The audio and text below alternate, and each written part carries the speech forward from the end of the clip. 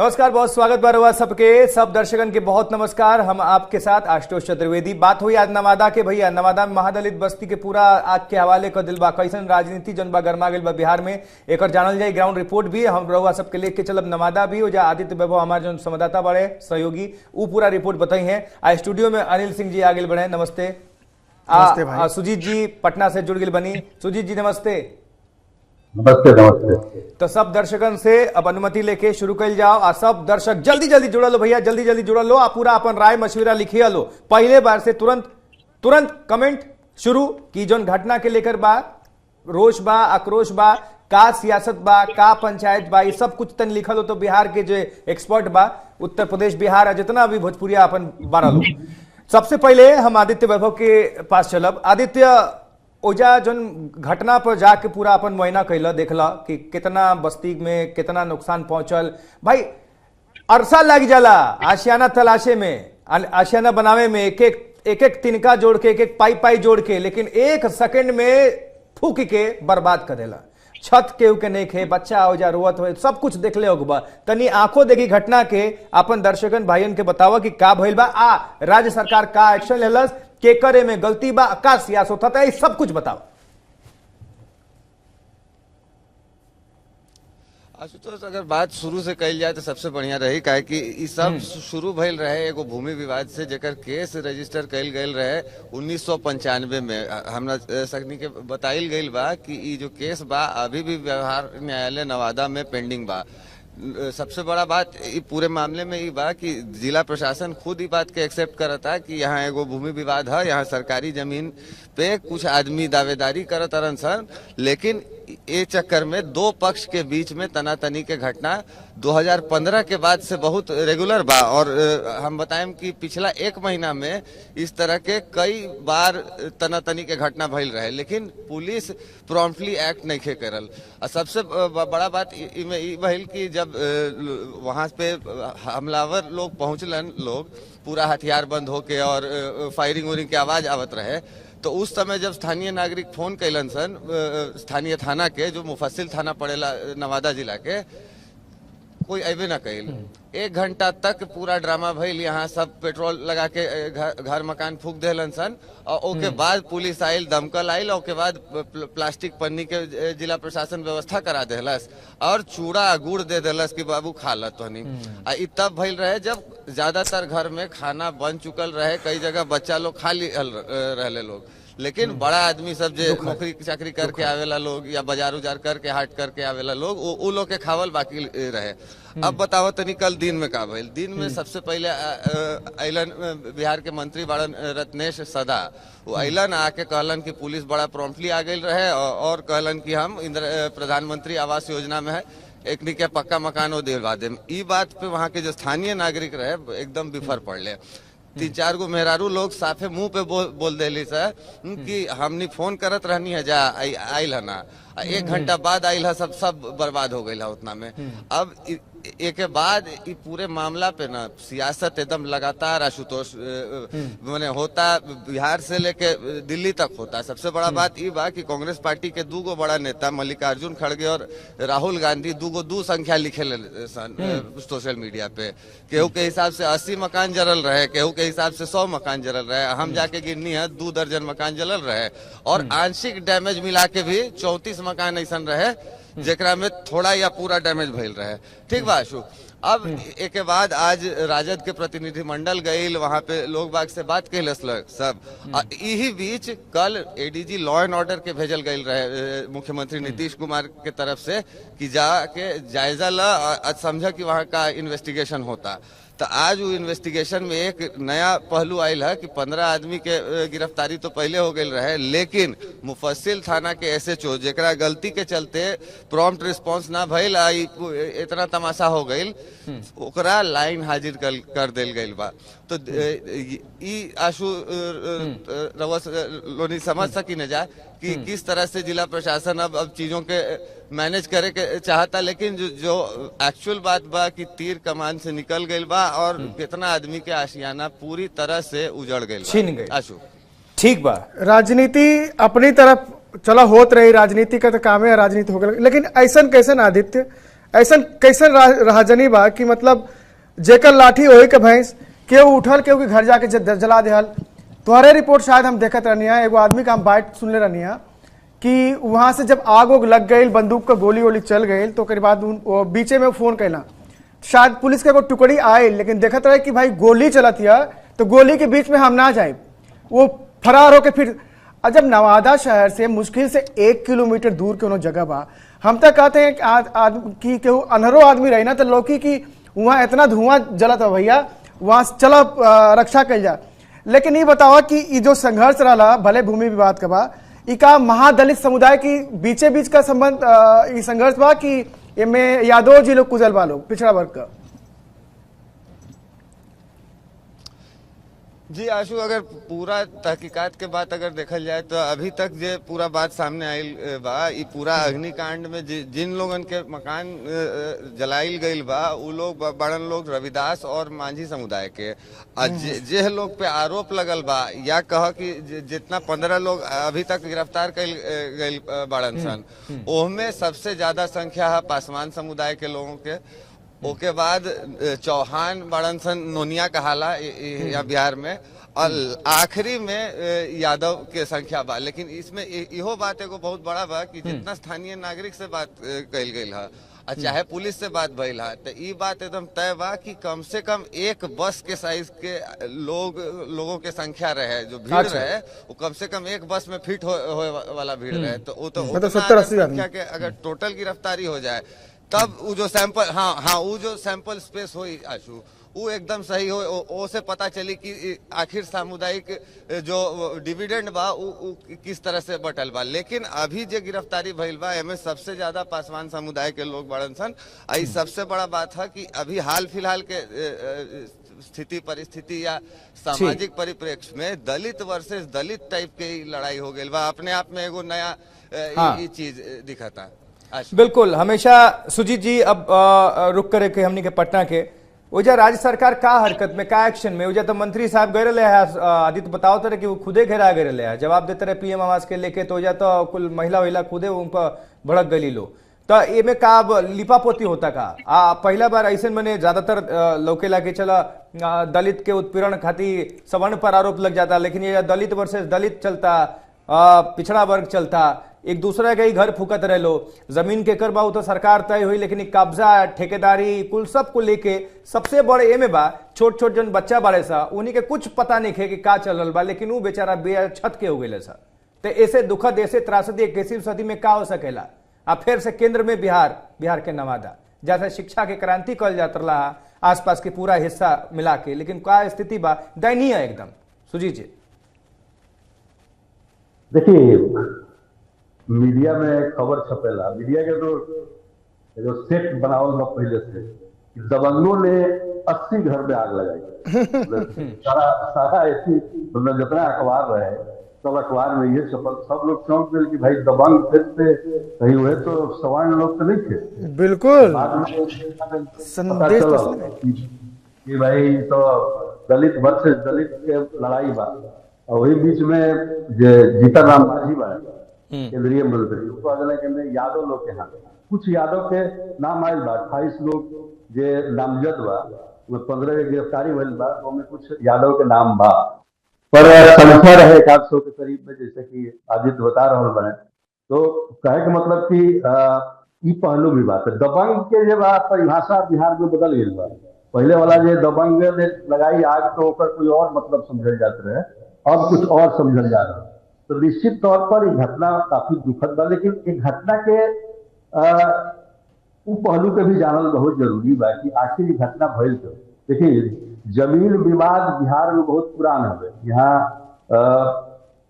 मतलब सर्वे होता 90 साल के बाद, अंग्रेज के सर्वे करवाल रहे, उसके बाद 1970 में कुछ भइल, में कोशिश चकबंदी वगैरह ले आओ के कि सीलिंग लगावे के बहुत मतलब प्रयास भइल है, तो में जो विवाद भइल तो बाद अधे अधूरा उसमें छोड़ दिए। ओकरा बाद हम कह सकते हैं कि 90 साल के बाद ही भूमि के सर्वेक्षण हो रहा बा, जमीन के सर्वेक्षण हो रहा बा। आई जमीन के जो सर्वे हो रहा बा ओकरे ई प्रतिफल है कि जमीन अपना कब्जा में लेवे खातिर, सर्वे होए वाला बा, एकरा पीछे के कारण अगर रउआ जाने तो ये कारण बा कि जमीन सर्वे में अपना हक, अरे जमीन पर जब हक रही तब न रउआ कहे कि हमर जमीन बा। बिल्कुल, मतलब अब्बो ना तो कबो ना। हक जतावे खतरा ये प्रयास होता और ये सुनी के एक शुरुआत बा। हमरा बुझाता है कि जमीन विवाद के बहुत सारा मतलब रुआ उदाहरण बिहार में मिली। उत्तर प्रदेश बिहार के बीच में बहुत विवाद बा। बक्सर में चल जाई, उधर कैमूर में हर साल गोलीबारी चल रहा। जब गेहूं के कटाई के जब समय आई तो दोनों साइड से गोली चलना शुरू हो जाला। तो सर्वे एक बहुत बड़ा कारण बा। एमे जे बा नंदू पासवान एगो बड़ा जे हवलदार से रिटायर बन बने बिहार पुलिस। अब क्योंकि पुलिस हो गए रिटायर बने तो पुलिस वाला लोग के सही धाव से रहेला। तो रिटायर महिला के बाद वो जमीन खरीदले 4 डिसमिल। जमीन जे बा पहले से ही विवादित जमीन बा। 15 एकड़ 98 डिसमिल जमीन बा। ये जमीन कहा जाए कि ये गैर मजरूआ जमीन मतलब सरकारी जमीन है। लेकिन 1970 के दशक में एक रमजान मियां रहे, उनका नाम पर जमीन पे से चढ़ गई, गलती से लिखलो बा कि गलती से चढ़ गई और ओकर मुकदमा चल रहा बा कोर्ट में। और वही में ये जब नंदू पासवान जो मुख्य आरोपी बने पर वो जाकर 4 डिसमिल जमीन पर रिटायर होना पैसा के खरीद ले। तो अब कब्जा तो बा ना, कब्जा तो मतलब उनको तो 4 डिसमिल बा, बाकी जो जमीन बा गैर मजरूआ जमीन बा। और कई और लोगों में लिखौले बा जमीन, मतलब बहुत आदमी देखें कि असल में एगो और टॉपिक छेड़ देते नहीं सुजीत जी, जौन हऊ जातिगत जनगणना हाई कुल होता आरक्षण, असल में तो यहाँ लोग के जरूरत बवे जे वाकई जरूरतमंद बा। देखा बेटिया के चेहरा देख के वो बस चावल आदमी बिनता, मने घर जल गिल बा, खाए के नहीं खे, ओमे से जौन चौरवा गिरल बा ऊ बीन के खाए पे आदमी मजबूर बा। तस्वीर देख के सभ्य समाज पढ़ा लिखल आ जे ईमानदार बा ओ मने सहमति जता सके। बड़ा दुखद बा। आप ना ये घटना पे आके पूरा आप बताए हुए जमीन के विवाद का, लेकिन कुछ दिन पहले हमन का एगो शो कैले रहनी जहाँ बिहारे पे रहे हूँ, तब अब हमारे ख्याल से वो मुजफ्फरपुर का घटना रहे जहाँ पे एगो लड़की के उनकी घर से निकाल के और ले जाके बलात्कार करके आज तक बलात्कार करके ओके काट दिया। वो जमीन के विवाद आप बताओ तो नहीं जमीन का विवाद हम कहते हैं कि इत गले का फांस बन गई बाप पूरा बिहार खाते।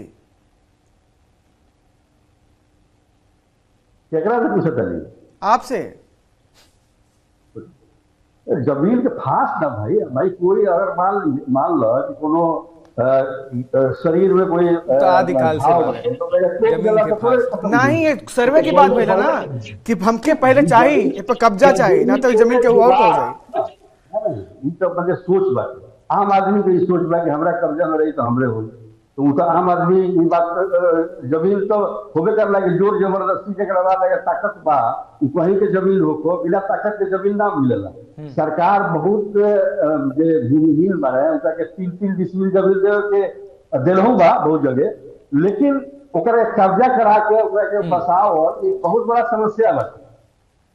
ठीक, मतलब एगो सवाल आदित्य से सुजीत जी ले लेते नहीं, आदित्य के जाए के बाद तो आदित्य ये बताओ आपकी ओमे का चल गिलेगा।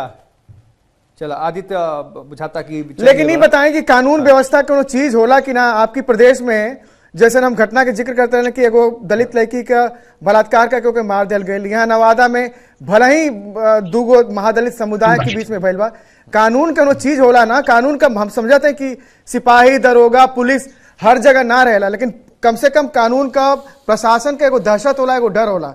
ऐसन कैसन की मतलब एगो बस की बराबर 70-80 गो आदमी निकले सांझी के पहुंचे गांव में एगो लड़की के पहले पोकिया के दौड़ा के पकड़े के चाहता लड़की भाग गई। ओकरी बाद घर घर पे पेट्रोल छिड़क के आग लगा दे गई। हालांकि वो घरवा हम देखत बानी, हमके इहो जानल चाहब कि बिहार में का प्रधानमंत्री आवास योजना पहुंचल नहीं के का क्या कहे से कि जब हम घरवा देखले रहनी है जितना विजुअल में आओ था वो सब मड़ई जैसन घरवा कुल। तो ये तो खैर दूसरा सवाल रही, लेकिन पहले की कानून व्यवस्था का हो गई बा खाली सब अपन राज करे खातिर नीति बनावता खाली। एकदम सही बात बा। निश्चित तौर पर कानून व्यवस्था के सवाल तो बढ़ेगा कि इतना संख्या में लोग जमा कैसे हो गई, वहां जाके हमला कैसे कर दिलक, वहाँ इतना बुरा हाल तो दूसरे प्रदेश में कहीं नहीं। अरे भाई ये उत्तर प्रदेश बिहार के तुलना नहीं किया यहाँ। ना ना हम तुलना नहीं की करत, हम तुलना नहीं बात नहीं क्या ना नहीं। सबसे बड़ी बात ये बा कि मुजफ्फरपुर के जे घटना के जो पहले खबर आई रहे लोग, खबर बहुत बदल गई बा। ओकरा अगर वो अध्ययन करी तो पता चली। नवादा वाला घटना जो बा ये जो बा जरूर एवं कानून व्यवस्था के सवाल बा, इस सरकार के फेल्योर बा। कहे कि पूरे राज्य में 30 अगस्त से सर्वे चल रहा बा, जमीन के सर्वे चल रहा बा, और वो हिसाब से देखा जाए तो जमीन विवाद जितना बिहार में 12 था उनमें एक तरह के समस्या आई एकदम निश्चित बा में कोई कुकुरमुत्ता के छत्ता नहीं निकल आयल बा सामने। शासन के सतर्क रहे के चाहिए ये जो बा ऐसा खेती मामला में। दूसर बात बा कि भाई जमीन विवादित जमीन हो गए बुझल, पहले से ही जमीन काफी 3 दशक से बताइए रहा बनी, तो ऊपर इंदिरा आवास या ये सब देखे बन सके। जो विवादित जमीन बा सरकार जब तक अलॉट न करी तब तक तो सुने सरकारी जमीन रहा हो, जमीन सरकारी है यार। जब मजरुआ जमीन जकर रमजान मियाँ के नाम पर हुआ आगे है जमीन, और वो उनका से बहुत सारा लोग लिखा ले रहे, तो विवाद हो गए बनू। तो ये विवाद के जब फरियावता अदालतें कर सकता, कोर्ट हो सकता, तो कोर्ट में ये मामला चल रहा बा। यही बीच में सर्वे आ गई बा, तो सर्वे में सब तो भाई हमारे जमीन पर लिखावल बा, देखिए हमारा पर्चा बाटे, हमारे कागज बाटे। तो ये चीज के देखौला के और ऊपर दखल करे खतीरा लोग ये प्रयास कर रहा बा। कहे का मतलब ये बा कि बिहार में इस तरह के और भी घटना हो सकता।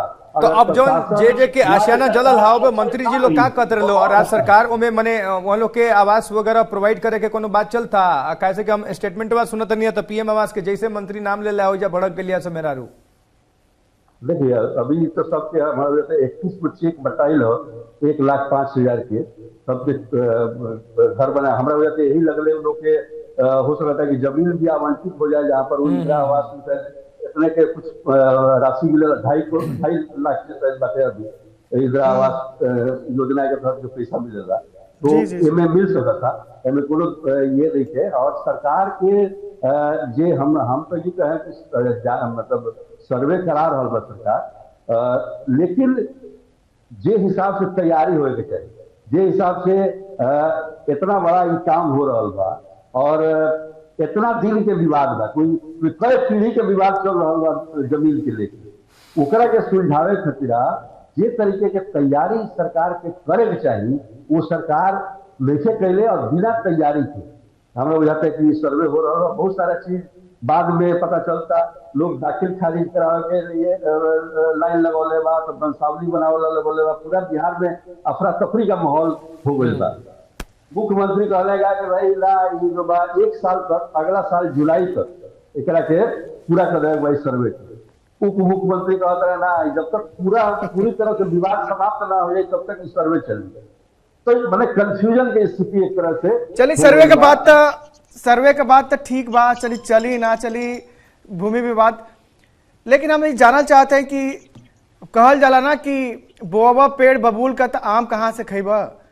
सबसे पहले झंडा उठा के बोले वाला राज्य तो रहा मुख्यमंत्री हुआ कि सबसे पहले जातीय गणना हम करौले हैं। लेकिन जब जाति जाति जाति जाति जब भजत रहा तो एकर मतलब है कि जातिवाद तो ज्यादा बढ़बे करी ना। हमके याद बा हम बीएचयू में जब पढ़त रहने तो वहां से नगीचही है बिहार, तो बिहार के जितना लड़का कुलावत रहे ना क्यों के नाम है पॉलिटिक्स में नेता को जाति खत्म ना होके दिए लोग क्यों के नाम ऐसे कि वही से तो वोट मांगे के बाद। और सबसे बड़ा ताजुब के बात ही बतन तंज कर दिए छेड़ला था। अच्छा बात ये कहे ले लो कि मैंने सर्टिफिकेट खुद बचवावे ले लो। आप पूरा जातिगत सर्वे चल रहा बा कि बड़ा फोकस हो बा कि जातिगत सर्वे काहे खाली वोट बैंक खातिर। लेकिन अगर केहू पब्लिक में केहू एक दूसरा के तनी एने ओने तनी पहले गाली गुलौज ना दूर के बाद तनी कहा सुनी हो जाओ तुरंत केस टलिए लो कि हेलो ऐसे मतलब जातिगत ये खुद फैला रहे हैं पहले सुनत बात उसके बाद से जाति पर ये डिफेंस भी करते हैं। तो ये बात बा कि बोबा पेड़ बबूल का तो आम तो कहां से मिली तो के कि आम मीठा मीठा पीला पीला तो के मिली। जब जाति जाति जाति करके समाज में करत हुआ नेतन का बहुत बड़ा योगदान होला ना, हर जगह रैली होला, हर जगह मतदान होला, तो बहुत बड़ा योगदान होला। तो हम कहते नहीं जैसे बिहार के लेकर आओ तो बीएचयू में पढ़े तो केहू के नाम के सामने लगत रहा रंजन, केहू के नाम के सामने किशन, पते ना चलता क्यों नहीं जात का क्यों लेका। एगो नया शब्द दी पहले मतदान होते रहे अब जाति दान होता। एग्जैक्टली तो बिहार अपन जाति देख बिहार बीच के दौर में 90s में कम से कम वो प्रोग्रेसिव सोच में आयल रहा कि जाति का नाम भाई पते ना चली तो कोनो बातें ना, शायद वो बरकरार रह लेत ना तो ये स्थिति ही ना आयल। लेकिन हम मानते हैं कि एकरी खाती आरजेडी भी जिम्मेदार बा, एकरी खाती नीतीश बाबू भी जिम्मेदार बाना, काहे सा कि पिछले ये लोग दोनों मिल के सरकार में रहे लोग जब जाति जनगणना भइल रहे। लेकिन ये बताएं कि अगर जो ना आप बात करत रही कि दबंग का बात भइल है केस में, फर्ज करी कि अगर एमे कोनो बाबू साहब का, कोनो पंडित जी का, कोनो लाला जी का नाम आयल रही तो तेजस्वी यादव का स्टैंड का रही अब ले? अरे तमाम पार्टी के, कांग्रेस के भी, हर सब नहीं, वह प्रमुख पार्टी बा ना, हाँ, का रही तेजस्वी बाबू का। तभी तो पूरा महादलित बनाम सवर्ण क के सियासत अलगे लेवल पर चलत रही। सुजीत जी ऐसा बात देखिए, देखिए ये सब टाइप के सवाले ना करे के चाहिए कि पंडित रही राजपूत रही तो का हुई। तो पहले के तो इतिहास जाते बाद यहाँ तो जातीय संघर्ष की जो लड़ाई बा और ये तरह से बुनियाद वर्सेज नहीं बनावे की कोशिश तो कल गई कि दबंग तो मीडिया के डिस्कशन से होता कि फोकस खाली विकास पोके के चाहिए। मीडिया के पास शब्द नहीं थे। दबंग का मतलब आज से मान लो 7 दशक से अपर कास्ट से दबंग कहल जा रहा है कि पावर बा, पैसा बा, जमीन बा, तो ओकरा के कहल जाता है कि दबंग बाटे। तो वही चीज आजो मीडिया लिख रहा बा कि दबंगों ने जलाई घर। तो सवाल बा कि दबंग जो जलाए बा घर ओकरा कितना जमीन बा वो देखना जरूरी बा। दूसर बात बा कि दबंग के परिभाषा बदल गई बा। हर एक जाति वर्ग में एक दबंग ऐसी बात है, जैसे कि कहल जाला का तो अपर कास्ट में सबसे दबंग जाति कौन हो, तो भूमिहार के कहल जाला कि दबंग जाति है। यही में चल जाए कि अति में पिछड़ा में कौन बा दबंग सबसे, मतलब एगो परसेप्शन बन गई बा। और में पिछड़ा में यादव सबसे दबंग बा, अति पिछड़ा में कौन बा तो मलाह सबसे दबंग बा, दलित में कौन सबसे दबंग बा, दलितों में जो दबंग जाति के बा तो पासवान बा। तो ये तो ये लड़ाई जो बाते तो दलित वर्सेस दलित बाते लड़ाई, जातीय लड़ाई में नहीं थे। ये देखिए दोनों ठीक बा 19-20 के फर्क हुई। जैसे कि जातीय गणना में जो चीज सामने आता है तो उनमें बा कि भाई पासवान की संख्या ज्यादा बा, रविदास की संख्या ज्यादा बा, वो हिसाब से देखा जाए तो ये ऐसी बढ़े माझी लोग बा लोग की संख्या कम बा, बाकी अन्य दलित जाति की संख्या कम बाटे। तो संख्या के आधार पर तो ये बात है कि भाई हम संख्या में ज्यादा हैं और ये हैं, लेकिन पावर की भी बात करी जाए, अगर दलित में कही जाए तो पासवान आगे बैठे पॉलिटिक्स में खास तौर पर। तो कहे का मतलब ये बा कि ये लड़ाई जातीय वाला लड़ाई हमारे लेके हो जाते कोशिश भई रहे जीतन राम मांझी करने के लिए मैं यादव जाति के लोगों ने ये काम किया है, लेकिन बहुत लोग नहीं थे यादव के, जो भी नाम आयल बाव में 3-4 गो से ज्यादा के नाम यादव के नहीं थे। हालांकि यादव का नाम दबंग जाति में जरूर आयल, लेकिन एक घटना में भी यादव लोग बा लेकिन कम संख्या में, पासवान लोग ज्यादा संख्या में बा, चौहान जो कि अति पिछड़ा कहल जाला जगह लुलिया जाति कहल जाला उन लोग में शामिल बा। तो खुद में कोशिश तो होला कि भाई जातीय देखिए चाहे ला सब कहल जाला, हिंदू मुसलमान क्यों कहल जाला, चाहे जाति में क्यों विभेद पैदा किया जाला, चाहे कि एक राजनीतिक फायदा लेवल जा सके। लेकिन चूंकि सीधे ये जमीन के कब्जा के मामला बा, जमीन पर अपन वर्चस्व के मामला बाटे और अपना हाथ में जमीन आ जाओ वो लाई संघर्ष भइल बा। में बहुत सारा लोग जो गईल हुई ओकरो जमीनों में वो लालचे से गई कि हमारा 15 एकड़ 98 डिसमिल जमीन बचे तो में हम कुछ हथियार ले, तो वो स्थिति में ये सारा घटना भइल बा। कोशिश जरूर जातीय बनावल के भइल बा, लेकिन ही उतना जातीय रंग ले नहीं थे। अगर मान ली कि यह चीज अगर को अपर कास्ट के लोग आके जला दिले रही तब पूरा देश में एक ऐसी हुई वो प्रभाव पड़ी। वो तो सब तो जानले बा कि क्या हो, शुरू में बहुत सारा घटना ऐसा भइल बा। पहले सवर्ण लोग घर जला दिलक, चाहे जमीन पर लोग बस गई बा, जमीन ओकर बा लेकिन हटत नहीं थे तो आग लगा दिलक। तो कुछ घटना पहले भी भइल बा। तो निश्चित तौर पर दोनों में काफी अंतर रही, दोनों के मतलब क्या कहल जाओ राजनीति के तीव्रता जो बा वो दोनों में जमीन आसमान के फर्क। अबले तो भूकंप आ गए, लेकिन ऐसा राजनीति, ऐसा दबंगई, ऐसा जातिगत सर्वे, ऐसा जमीनी सर्वे के एकदम माने बिल्कुल लानत बा, एकदम लानत बा। हमारा खातिर तभी हमारा आंख में वह चलता कि वे जोन घर जरल बा ओकर मेहरारू जोन बा एकर कोनो छोटकी लड़की के माई वो चाउर में से चिनतिया दूध दाना, ऐसे ज्यादा बदनसीबी ना हो सकेला। 21वीं सदी में बानी जा सब केहू का त दावा करता हम दबंग बानी, हम बड़ा सक्षम बानी। ऐसा सक्षमता ऐसा दबंगई के का फायदा, एकदम लानत बा। यही से ये मुद्दा उठे के चाहिए, हमें जे निर्दोष बा ओकरा न्याय मिले के चाहिए। जे केहू भी जाति के बा जे में प्रभावित बा ओकरा प्रति सरकार के जन बा थोड़ा कर्तव्य बढ़ाता कि चुन के जे अन्याय कैले बा ओकरा के सजा मिले के चाहिए। आ जे जेकरा खिलाफ अन्याय भइल बा उ जन पीड़ित बा ओकरा के मुआवजा सहित जो भी सहयोग हो सकेला ओमे होके के चाहिए। कैसे कि वह वाला बात जना के हमेशा हिंदी में कहनी जा कि लाखों समय लाखों रुपया हर आपके खून पसीना लग जाला एगो आशियाना तैयार करे में, भले वो झोपड़ी होके, लेकिन उहे अगर झोपड़ी के अरे एगो चिड़ई के जब घोंसला बनेला तो ओमे कितना वक्त लागेला, लेकिन झटके में तोड़ दा का होला अनिल जी, तो ओकरा बाद आशियाना बिखर जाला। उहे अभी भइल बा, बड़ा तरस आवता ऐसन तस्वीर देख के। देखा आशुतोष भाई, एक दूगो निष्कर्ष निकल के आवता, या तो पुलिस बिहार का एकदम में पंगु बा, जो में मतलब कुछ है ही नहीं खे, पुलिस के नाम पर वो धब्बा, या तो प्रशासन में विल पावर नाम का चीजें नहीं खे, मतलब उनमें आत्मशक्ति नहीं खे कि वो कुछ कर सकेला। और वो सब के बीच में 1 साल पहले ही से भी चुनाव का दुमदुब्बी बजावत हो जा भैया, लेकिन जमीन पे हालात का बा ओके देखे के जरूरी बा ना। नीतीश कुमार जी के 5वीं बार ना 10वीं बार मुख्यमंत्री बन जा, वो अपनी रिकॉर्ड खाती बनी है, जमीनी हकीकत ना बदली है तो खाली कागज पे सुशासन बाबू कहा के कोनो फायदा ना हुई। ये चुपतन सवाल के साथ हमने के आज भोजपुरिया पंचायत में रउआ सबके छोड़े चलतनी जा, लेकिन सोची आत्मंथन करी आ खूब प्रतिक्रिया दी। रउआ का सोचतनी एक खाती ए में हमने के भोजपुरिया पंचायत में ऐसा सब्जेक्ट लेके आवे जा बिहार उत्तर प्रदेश अपन भोजपुरी बेल्ट से भाषा जाने वाले लोगों खाती जमीनी हकीकत वाला कि तनी समाज पे प्रभाव पड़े, तनी देश में बदलाव होके, कैसे कि सब केहू कहला कि मीडिया भैया दिखावत नहीं खे, हमने के खूब दिखावे जा, हर फ्राइडे के लेके आवे जा भोजपुरिया पंचायत अपन गांव समाज में का होता जमीनी हकीकत में केकरा का जरूरत बा उ मुद्दा उठावे नहीं जा। आई मुद्दा जन बा सरकार तक पहुंचेला राउर आवाज बन के, तो राउर आपन सहभागिता बहुत जरूरी बा। एमे लिखी एमे प्रतिक्रिया दी, चाहे लंदन से देखत नहीं, चाहे इटावा से, चाहे बिहार के मुजफ्फरपुर से, चाहे नवादा से, कहीं से भी।